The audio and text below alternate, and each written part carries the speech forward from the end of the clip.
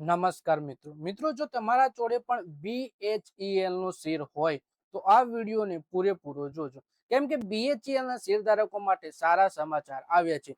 મિત્રો વાત કરીએ ભારત હેવી ઇલેક્ટ્રિકલ લિમિટેડ એટલે કે BHEL ને દમદાર વેલી એટલે BHEL ની દામોદર વેલી કોર્પોરેશન કોલકાતા તરફથી 1:100,000 megawatt Durgapur super critical thermal power project માટે લિમિટેડ નોટિસ ટુ પ્રોસીડ પ્રાપ્ત થયું છે। આ મંજૂરી હેઠળ કંપનીની પ્રોજેક્ટ માટે જરૂરી એડવાન્સ એન્જિનિયરિંગ કામગીરી શરૂ કરશે તેમજ મહત્વપૂર્ણ અને લાંબા સમયગાળાના સાધનોની ખરીદી પ્રક્રિયા આગળ વધારશે। એટલે કે ટૂંકમાં વાત કરીએ આપણે તો BHEL ને દામોદર વેલી કોર્પોરેશન તરફથી એક મોટો ઓર્ડર મળ્યો છે। વધારાની માહિતી આપણે ડિટેલમાં જોઈએ। કંપની અગાઉથી જ આ પ્રોજેક્ટના મેઇન ક્લાયન્ટ માટે સફળ બોલીદાતા તરીકે પસંદ થઈ ચૂકી છે। LNTP જારી થયાની તારીખથી આગામી 10 મહિનામાં પ્રાથમિક કામગીરી પૂર્ણ થયા બાદ DVC દ્વારા મુખ્ય સપ્લાય અને એક્ઝિક્યુશન ઓર્ડર BHEL ને આપવામાં આવવાની શક્યતા છે। આ LNTP કરારનું મૂલ્ય GST સિવાય 90 કરોડથી વધુ હોવાનું જણાવ્યું છે, જે BHEL માટે મહત્વપૂર્ણ વ્યવસાયિક સિદ્ધિ માનવામાં આવી રહી છે। ભારત હેવી ઇલેક્ટ્રોનિક્સ લિમિટેડના શેર વિશે વાત કરીએ તો હાલમાં આ શેર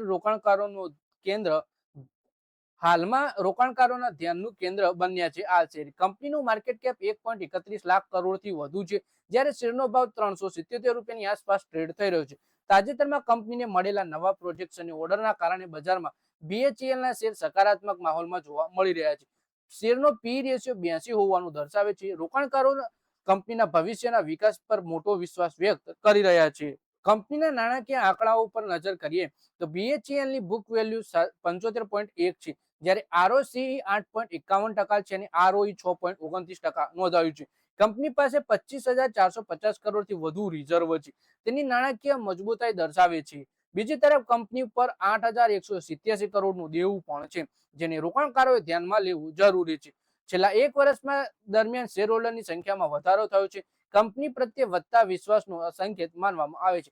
એટલે કે કંપની પાસે 25,400 કરોડથી વધુ રિઝર્વ છે, સામે 8,187 કરોડનું દેવું છે, તે આપણે કંઈ પણ નથી એવું કહી શકીએ। વિશ્લેષકોના મતે સામાન સરકારના ઇન્ફ્રાસ્ટ્રક્ચર અને પાવર સેક્ટર પર વધતા ખર્ચનો લાભ BHEL ને આગામી સમયમાં મળી શકે છે।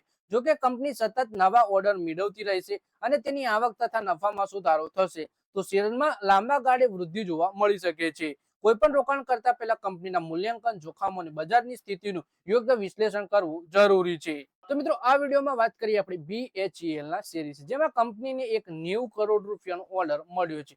તો અને આગળ પણ આ ઓર્ડરના સાથે જ બીજો ઓર્ડર પણ મળી શકે છે। તો મિત્રો આ વિડીયોમાં બસ આટલું જ। હવે મળીએ આવનારા વિડીયોમાં।